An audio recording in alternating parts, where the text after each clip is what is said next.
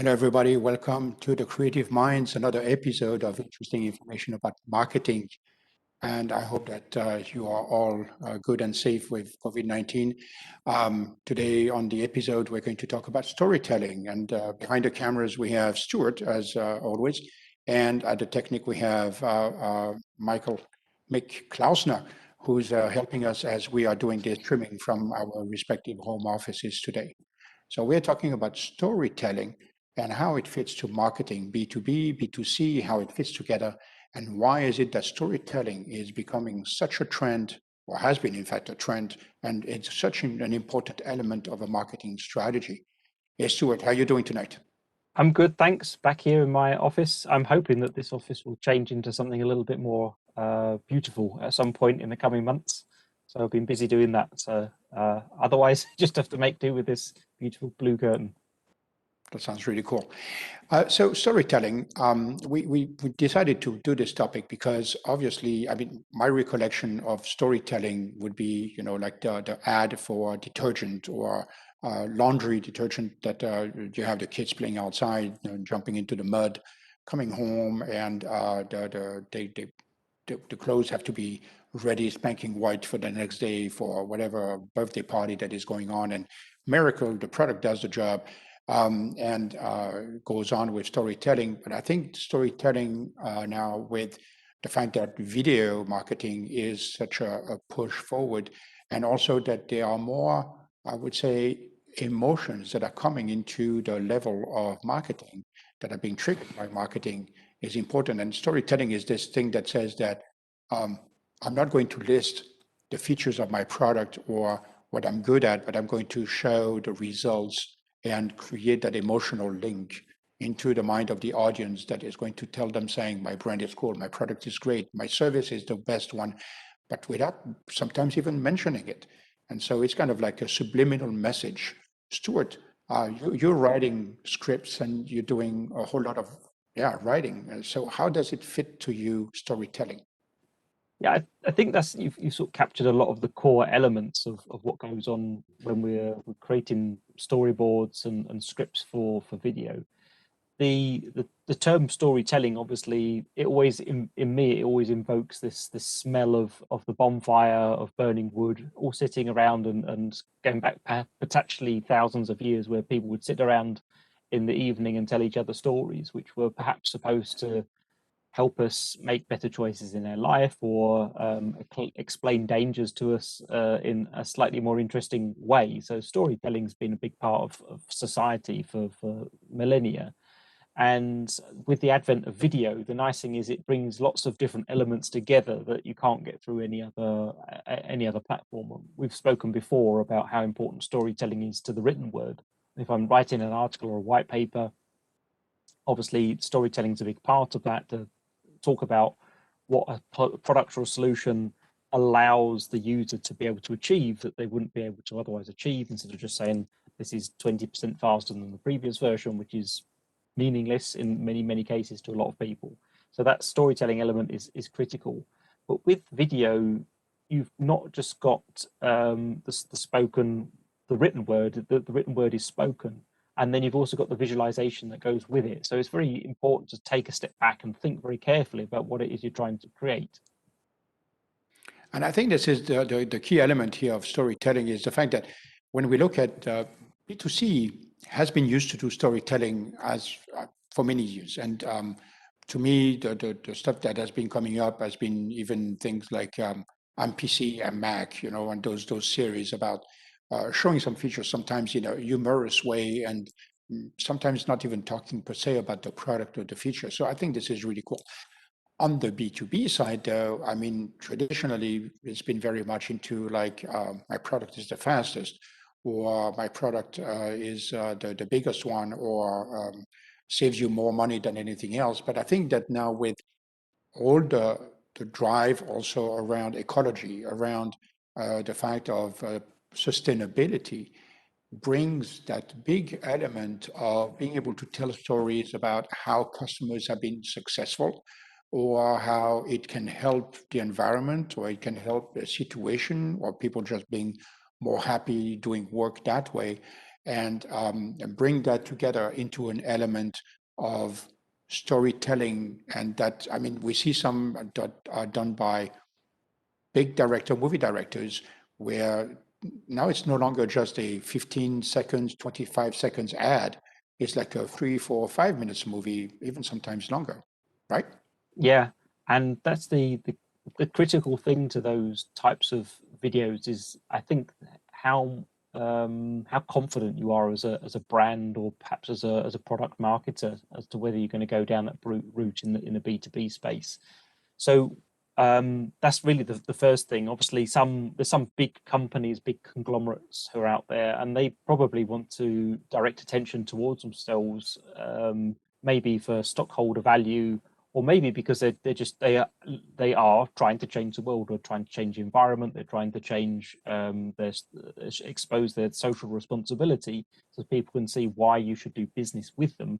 Not just because of the services and products they have, but because there's more value add there beyond just what it is they do on a day-to-day basis. And the other big marketing group that you see a lot of these types of videos is from countries. For example, Saudi Arabia at the minute has some videos running where they're talking about a whole new series of villages or towns that are being developed to be carbon neutral, and they're thinking about everything from the materials of the housing to the way people live to transport and all these elements as well. So you can't sit there and list all of the stuff that goes on in that particular type of situation. You really have to take a step back and look at what the impact is going to be on people. And that involves having to think about emotions, how people are going to feel when they participate in that environment, what's it going to be like to live there, how's that going to feel different to what they do today. And obviously, as soon as you start using the word feel, then obviously you've got to understand the emotions there, and that's got to then be built into the script.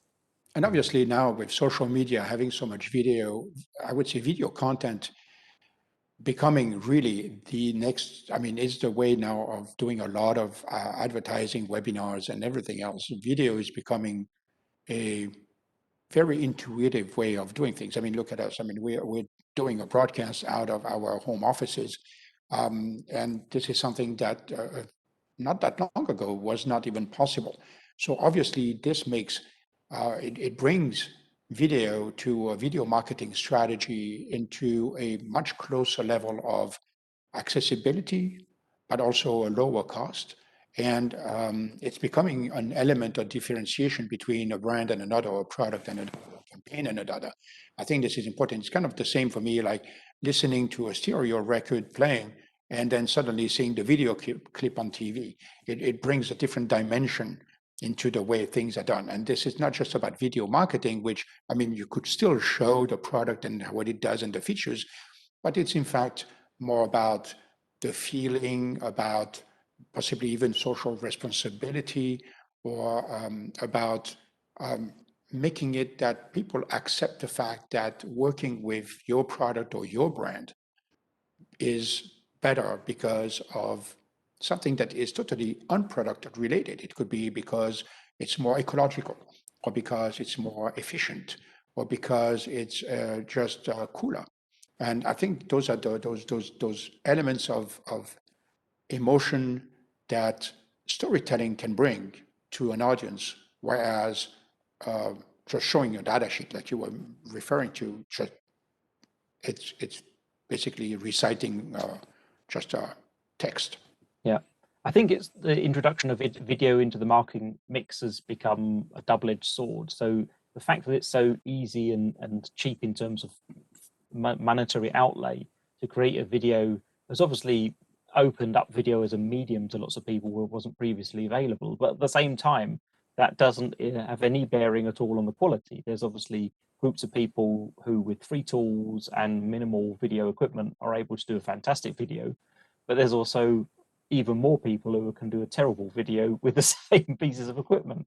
And I've seen prices of a few €100 quoted to make what's called a product video, and it really is nothing more than somebody reading out the product data sheet. These are the inputs, these are the outputs, this is the efficiency, and this is where you can buy it. And why anybody in a marketing organization thinks that drives any level of engagement is beyond me. I really struggle to understand where that fits into the marketing mix. And it's important to take time and work with a team of people or with creatives who understand all the nuances of video, of scripting, and bring in also your team's understanding of your audience and the value add that you bring with your product or service in order to make something that's really worthwhile.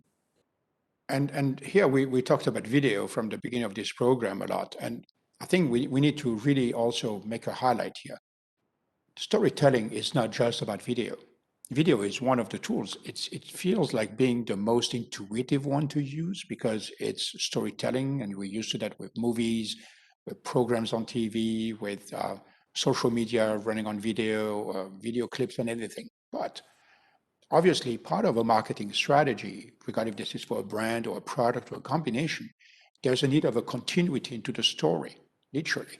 And that means that the website, any print advertising, and even giveaways associated, or let's say even a trade show stand or booth, whenever we can do one again, must align with that video content from the standpoint of the the emotion, the triggers that it does. So doing, I would say, storytelling on the website is something very productive and very impactful, where now you have websites that are not just going and showing just the values of what you do, but it's showing customer testimonials. It's showing information about how a product changes the world or how it's being manufactured, even in a way that you tell the story about how well the manufacturing has been or how happy the people are when it is being built.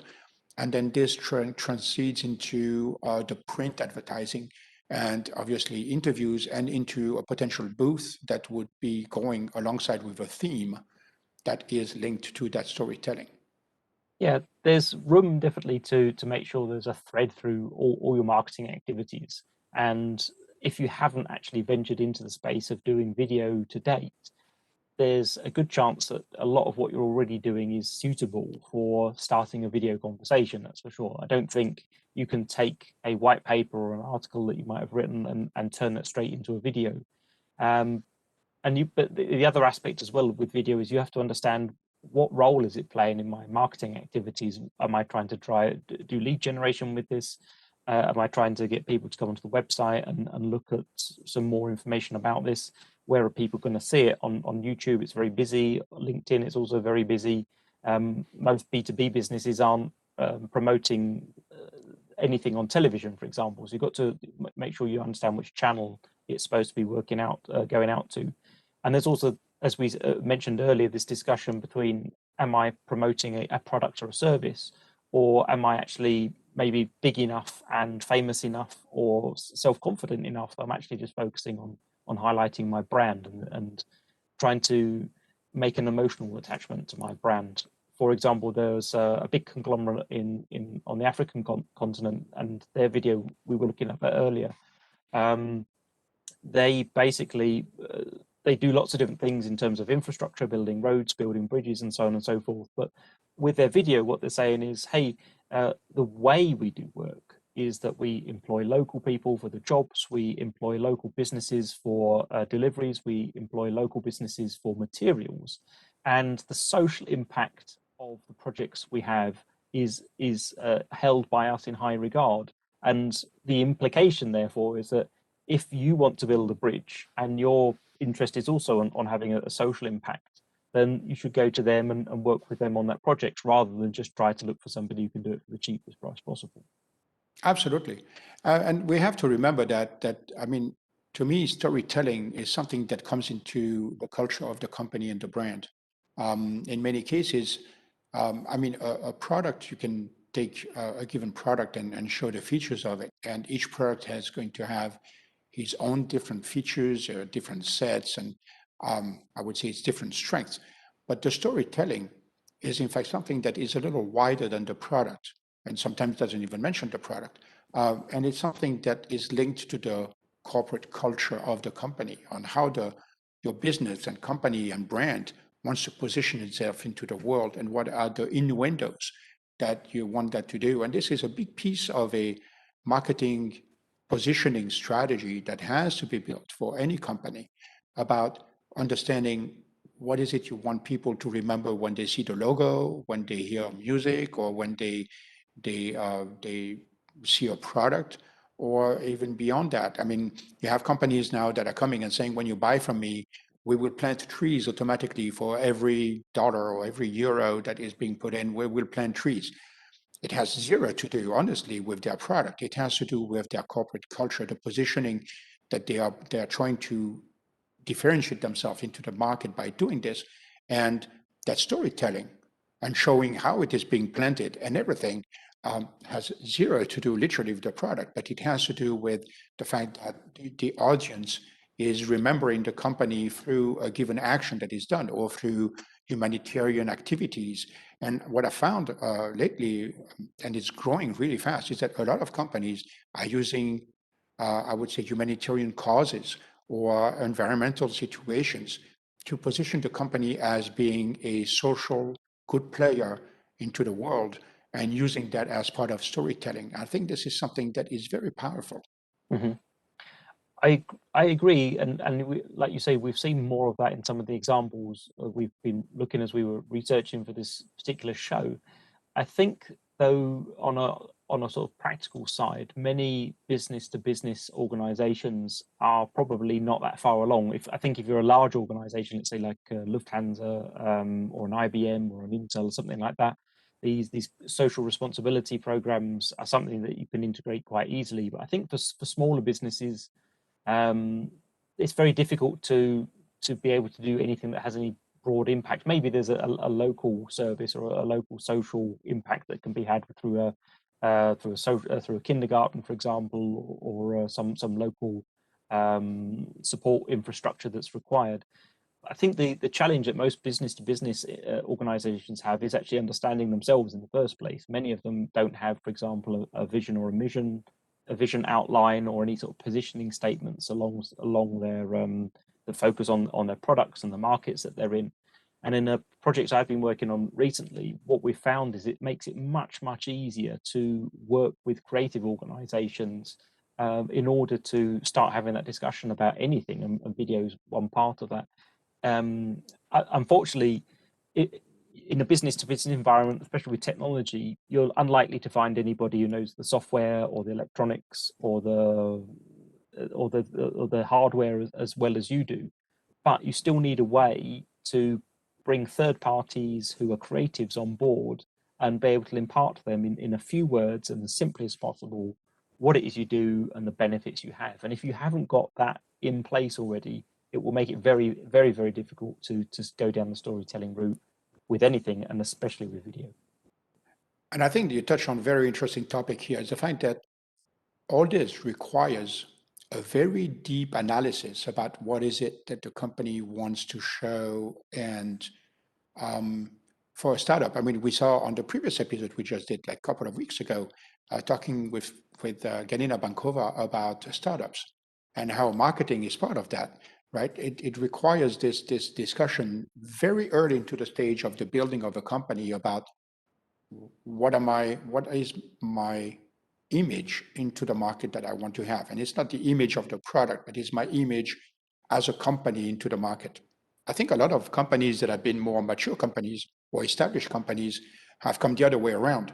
They've been very product driven into their marketing campaigns. And now they're starting to come and saying, hang on, marketing is no longer about being just product driven. It's about my image into the market. You'll have some companies that will touch on privacy, for example. Some others will touch on many other things, or will even sponsor universities or students to do some research and show that they are connected to the next generation of innovators, developers, or even users or consumers. And I think those are big elements of a discussion for any company that wants to create that. And this storytelling is linked to that. And the big deal, I think, with storytelling, what I have seen is that this is not something that you can shift. Like, I'm going to tell you a story about mountains and everything, and tomorrow I'm going to tell you stories about something totally different. There's a need of some continuity into the stories that are being presented, the multiple stories that are presented. So it really tells there's a story with a bigger picture story that is associated with that. That's a very good point, actually. There has to be longevity. I think that's the key thing about using the storytelling as a tool, especially in video. When you make that decision to go down that route, especially when you're sort of trying to broaden your horizons a bit, and maybe on the brand side, in order that further stories can follow or further videos can spin out of that, you need to have a very clear picture in mind what it is you want to have as your story, and you're going to have to stick with it probably for a good amount of time, at least a year, if not longer, and in order to build up on that and layer it, so that you can create some more material out of it. Otherwise, I think that's the thing. If you know people who they come to you, you see them every so often, they tell you something different every time you see them. It just starts to become a bit unbelievable, all the situations they're in and all the challenges that they've had. How does this always happen to that person? You start to lose trust in that respect. So yeah, it's important to have that continuity. And I think this is interesting because if we look, for example, the example that comes to my mind is petroleum companies that have been selling gasoline and petroleum products and that have been shifting because of the market, because of the demand of the public, because of the situation of the economy, because of the situation with environment, have been shifting themselves of saying, I am no longer a petroleum company. Now I am an energy company. That means that I'm going to start looking at renewable energies and other things, right? And shifting that story. And as you can, many times, I mean, when that happens, the big deal is not to lose the audience on the way, right? Somebody who says, I'm a fan of a company because of a specific story, and that story starts to change. It has to be done in a way that it's very subtle, but very clearly stated at the same time, so you can gain new audiences that you did not have before. And at the same time, not lose the current one that has been there. That's a big deal. Yeah, that's exceptionally difficult. And in smaller business organizations that I've worked with, sort of small to medium-sized companies, that is where things start to get a bit heated when you have discussions with some of the employees. Obviously, I think if you have a management team who's very clear about what they want to do and the direction they want to go in, you're absolutely fine. But as soon as you start to open that discussion out, we have lots of family-run businesses here in Germany. What you find is that they want buy-in from the staff, they want buy-in from the team, and all of a sudden everyone wants to make a contribution and add their little thoughts about what goes on, and it's a disaster. Typically it dilutes the whole thing. A good plan and a good story will get watered down and completely lose direction. And as you were mentioning, obviously some of these organizations, they've grown beyond where they started. Like petroleum companies are obviously petroleum companies, and now they're trying to become energy companies and balance their green credentials against their past. So that changing that story requires time, and if you let everybody also try to interfere in the creative process as you're trying to do it, it's a disaster. And I would add to that the fact that the storytelling is not just about the outside, it's about a culture into the company. So that means that the people inside the company, from management top down, have to be basically part of the story. They have to understand the story. They have to be the ambassadors of it. And if the internal of the company doesn't understand the story, the chances that the external of the company understands it are rather minimal. And so there's also an element of internal communication about the storytelling that has to go. So it's a big picture. Mhm. But I think that for anybody watching the program, you have to understand that not only it's worth the energy and the time, because it helps to define or sometimes even to redefine literally the product or the brand, but it is in fact a way to bring people together into the company and bring the audiences alongside from the outside into the company. That's a big deal. It's essential, and it's something you'd hope was already in place in many organizations, but as you've probably also experienced, it isn't always the case. I think if you were looking for a new job, for example, you go and look at some of these websites and also some of the claims their human resources team make about their culture. When you actually get into an organization and experience it for yourself, it can seem quite a long way apart from that. So I think in when you're doing when you're looking at storytelling in terms of the marketing organization, it does help if you've got your management team in place, that it's very clear already who you are, where you are, what you want to be, and how you're going to be getting there. And you've also got input from your team as to stories you can share, like customer testimonials, reasons why the product adds benefit at the end, and those are the tidbits of information you need to do a good story. And if all those things are in place, the believability of the video that in results from that, and the storytelling that's imparted as part of that video will be much stronger as a result. Yeah, I mean, I think I'll take an illustration there where you have some companies that even have changed the way that their offices look like to be able to reflect the story, right? And this is how deep it goes into the culture. And so for everybody out there, this is I mean, we've touched on a lot of points on this program, many points. But I think the key elements maybe for you to take out of this is storytelling is not just about one video that goes out that is about a story that of a product or of a brand or of a service. It's about the culture of the company. So it requires some work to be done to be able to match that and to make sure that it is accepted all the way from all the layers of the management and the organizations that are part of the company.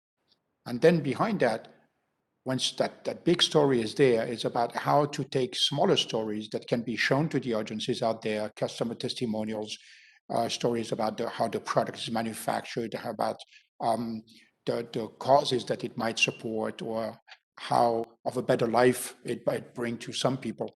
And then all those pieces are being built into a multitude of stories that are supporting the big story. And I think that this is part of that video marketing strategy, the marketing strategy as a whole, and the branding strategy of the company that have to be looked at. And for that, you need to have a team of seasoned engineers. I mean, and when I say engineers here, I'm talking about marketing engineers. If you look at, even on the call we have today, we've got a very strong technical support from Mick, a strong writer with Stuart, and marketing expertise coming all together. And that is kind of like the kind of skill sets that you have to bring, not just to bring it behind the camera, but to also basically run the idea about how is it that it works into your specific product and company. And it's a big jump. Once you jump into storytelling, it's not really recommended to go back into data sheets, right? They have their place, but then they're not everything, that's for sure. But once you get into storytelling, the good thing is that then you're rolling, literally, like rolling tape, and you're coming with new ideas. It's really a state of mind that has to happen into the mind of the people that are managing the marketing team. All Yep. right. That's about the time we have for this program. But I think this was, to me, I mean, I hope that out there you're all getting a great deal of interest, and for sure contact us, contact Stuart, myself, or Mick, and pass it on. Just subscribe to the channel, put your comments, let us know what you feel about it, and how is it that we can help you. I think this is the important element. Absolutely. Stuart, any last words on this? Yeah, I think the important thing is to come outside of your own organization and talk to people outside, because there's lots of people with experience and skill, and they have success for a reason.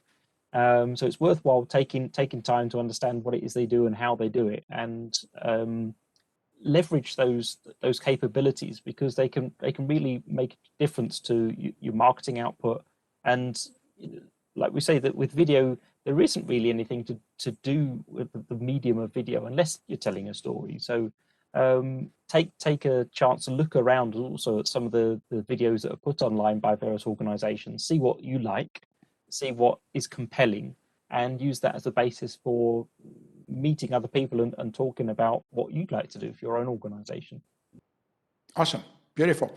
So keep building out there, keep thinking about marketing, and bring up the questions if you have any. Thank you for having participated and having watched this episode of the Creative Minds. Just don't forget, we have plenty of other episodes that have been done already that you can watch on Vimeo and YouTube. And we can't wait to have your comments about it. Enjoy the day, stay safe. Talk to you next program.